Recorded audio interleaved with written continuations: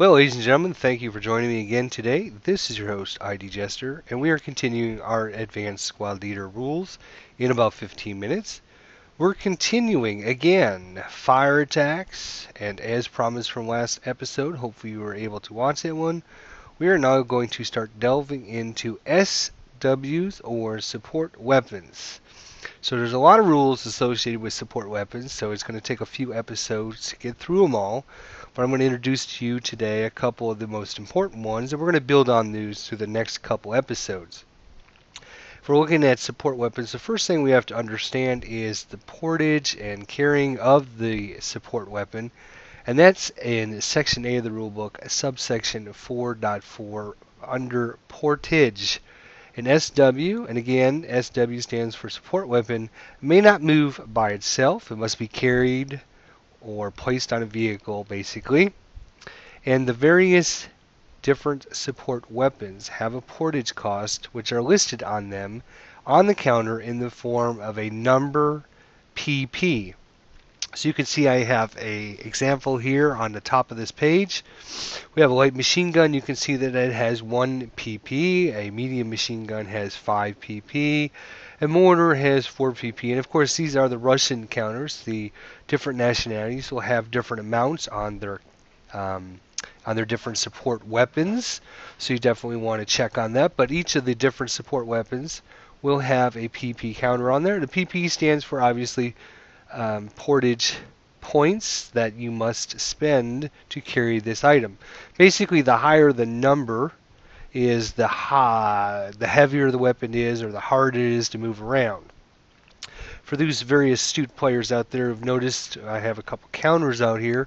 We don't actually see any numbers on the actual counters for the multi-man counters or the single-man counters that explain to us how much can they carry. So we have to actually look at Rule 4.42, and that is the inherent portage capacity. Just like our movement factors are already given a set amount based upon the class level of our different units, they also have a portage capacity as well. In this case, a multi-man counter has an IPC of 3 portage points. So that's basically a multi-man counter. Again, if you watched our previous episodes, you know that's our full squads and our half squads. Anything that has multiple silhouettes on the counter. In this case, you see 3 silhouettes. So we know that it is a multi-man counter.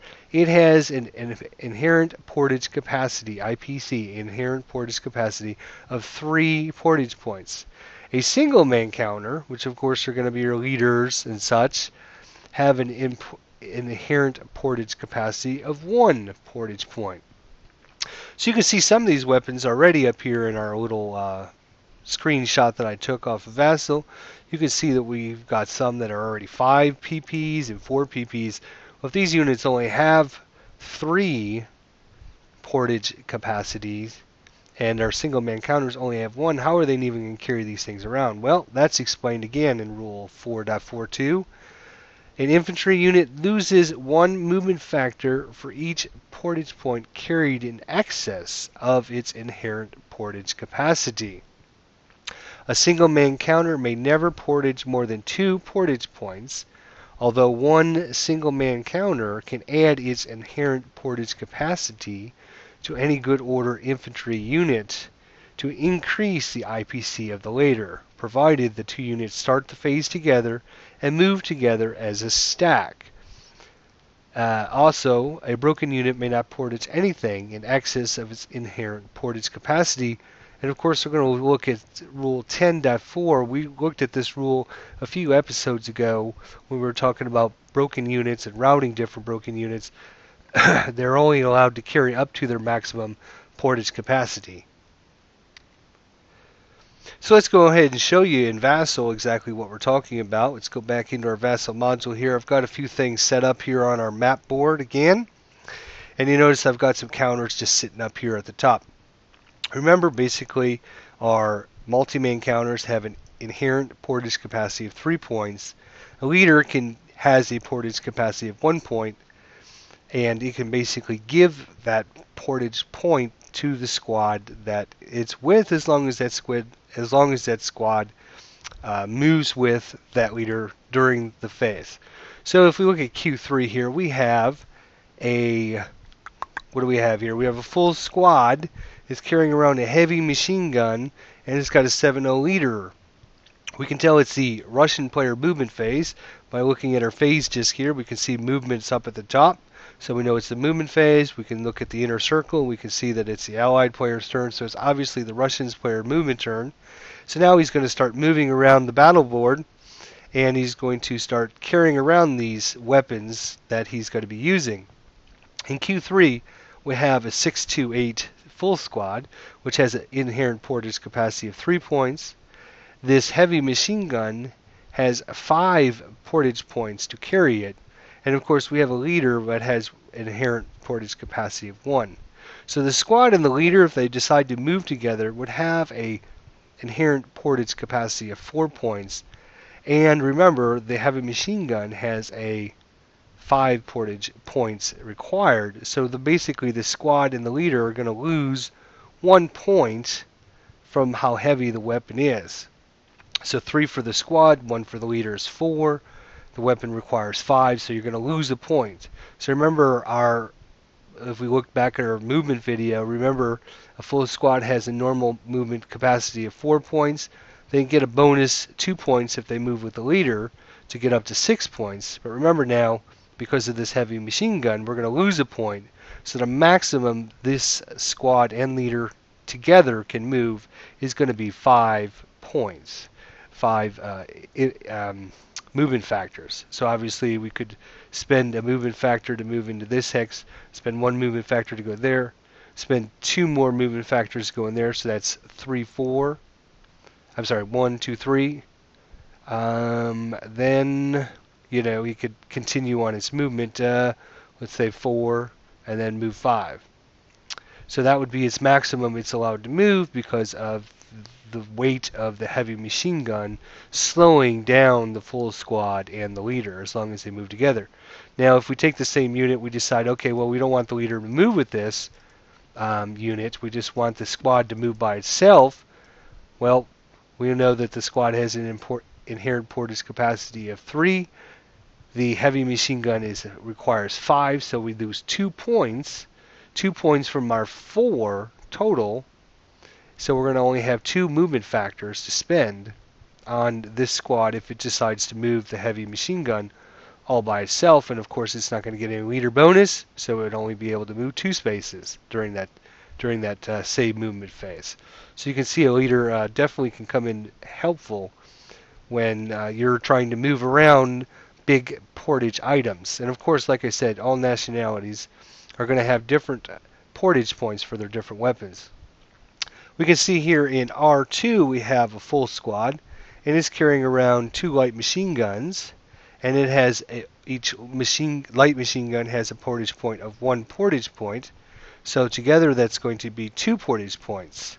So the full squad has an inherent portage capacity of 3, and he's only carrying around 2, so he has plenty enough to carry around these 2 weapons, and they're not going to restrict him whatsoever. If we were to change out one of these machine guns and probably put in, let's say, a mortar instead, let's reevaluate the situation now. We have a mortar that has 4 portage points and 1 portage point for the light machine gun, so that's a total of 5. Again, our squad only has an inherent portage capacity of 3, so we're just going to lose 2 movement factors, the difference between the portage points and its inherent portage capacity. So again, he's going to lose 2 movement factors. He would only have 4 movement factors to begin with, so he's going to only be able to move 2 movement factors. If we look at this squad here in S4, we have another full squad, and it has a medium machine gun. It has 5 portage points, and it's ready to do its movement. Now, can you tell me how many movement factors it has? I'll give you a second to think about it. It is a trick question. Remember back a few episodes ago, we talked about conscripts and green units, and I bet you there's a few people going, that's right. This is a conscript unit. And a conscript unit and the green units, remember, if they're not stacked with the leader, And conscript units, it doesn't matter if they're stacked with the leader or not, but green units, if they're not stacked with the leader, also have the same penalty. Remember, conscript units only have 3 movement factors to begin with. So this unit here is a conscript full squad, so it has an inherent portage capacity of 3. Again, it's carrying around a medium machine gun, which is 5 portage points. So it is 2 points. It's going to lose 2 movement factors. Remember, it only has 3 movement factors to begin with, so this unit only has 1 movement factor to spend during the movement phase. We have another example here in U3. We have a half squad here who has a light machine gun and an ATR. Again, half squad, and even though it is a half squad, it still has an inherent portage capacity of 3. We have a light machine gun with 1 portage point and an ATR, which is 1 portage point. So together, these only add up to 2 portage points. It has an inherent capacity of 3, so it's fine. It can move its 4 movement factors without any problem. If we look at U2 here, we have, again, a full squad. It's carrying around a medium machine gun. Of course, it's with the leader again. So if we decide to go ahead and move these squads together, it's going to have an inherent portage capacity of 4 points, 3 for the squad, 1 for the leader. It's 1 point short of the portage points you need to carry around a medium machine gun. So it's going to lose 1 from its total of 6 movement points because the squad will get the bonus with the leader. So obviously we're going to be able to move 5 movement factors with this squad again. So last thing we're going to cover now, kind of quickly because we're running out of time as usual. So that is portaging or moving around the items.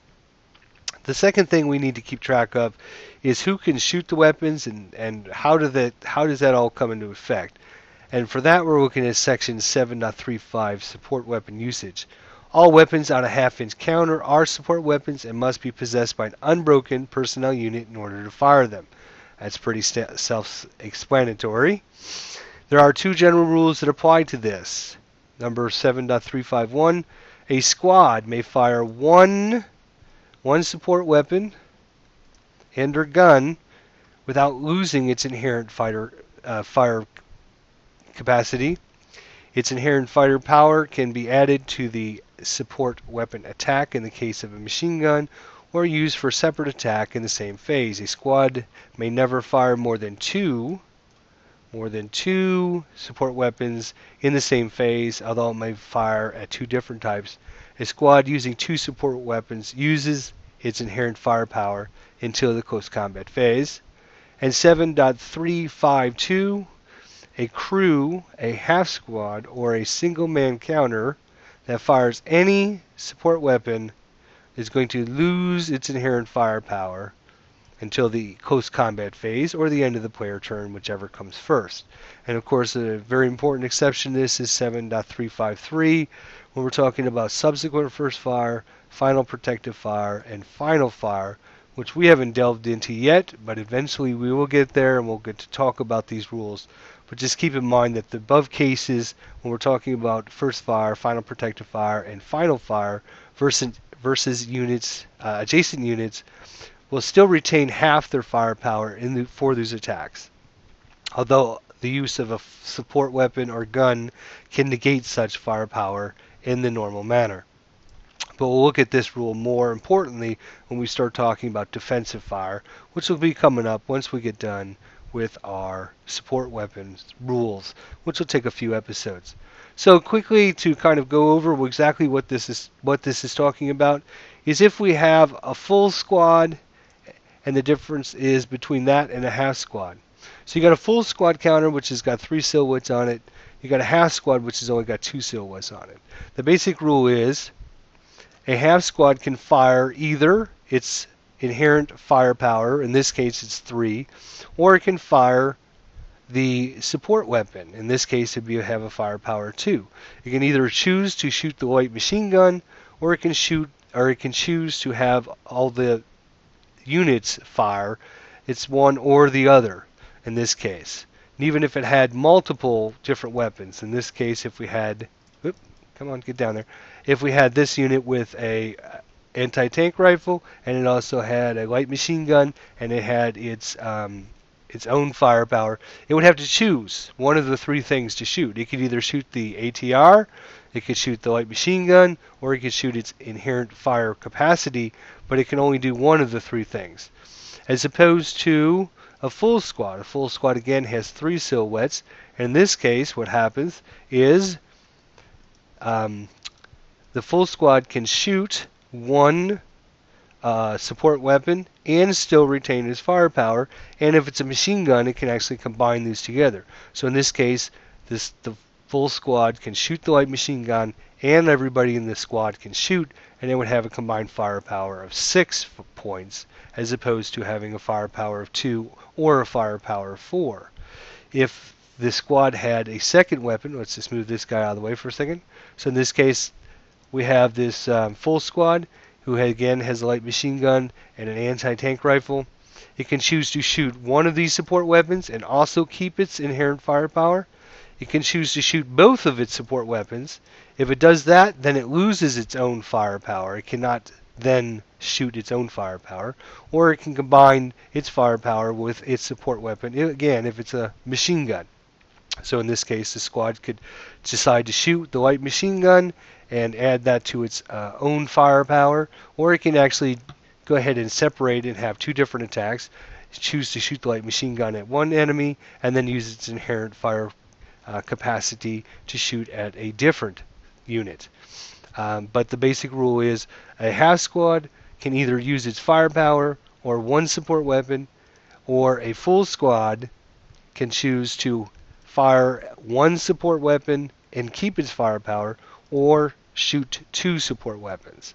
So that's basically the rule you want to keep in mind. A full squad can shoot two weapons or one weapon and its own firepower, while a half squad can only choose to shoot either its own firepower or its support weapon, one or the other. So obviously, there's good combinations when we start talking strategy-wise. We have this half squad here that has this heavy machine gun. Well, obviously, it only has an inherent fire capacity of 3, while the heavy machine gun has an inherent fire capacity of 6 points. Obviously, the half squad is probably going to want to shoot the heavy machine gun whenever it can. Also, strategy-wise, you never want to put something that's not going to be beneficial together in your units. And where's my example? Somehow I got it messed up, but we'll just quickly recreate it here. Another good example is this in O2, where I have a full squad. It has a light machine gun and another light machine gun, so it has two support weapons. But you notice if it shoots both of its support weapons is only as much as its fire capacity originally. So adding two light machine guns to a unit that only has 4 firepower, it could choose to shoot both of these weapons, but then it would lose its inherent fire capacity. So it's not really beneficial to give this unit more than one support weapon, because it's not going to give him more firepower. So you want to keep that in mind when you are trying to decide how to distribute your machine guns and your support weapons to your different units out on the battle board. Also keep in mind, we haven't talked about, and there's some special rules associated with DCs and also flamethrowers and of course ATR rifles. When we're talking about light machine guns and heavy machine guns and medium machine guns, these can be added to your normal fire power of your squads. Mortars are going to be a little bit different. We'll have to talk about mortars eventually somewhere down the line. But in this episode, I just want you to understand the basics of how to get these support weapons and move them around the battle board, and move them around, and how far you can move them, and how big and heavy they are. Obviously, you want to have littler numbers than the portage capacity, so that way you can carry around more items with you. The bigger, heavier ones that cost 5 portage points are going to slow your units down severely.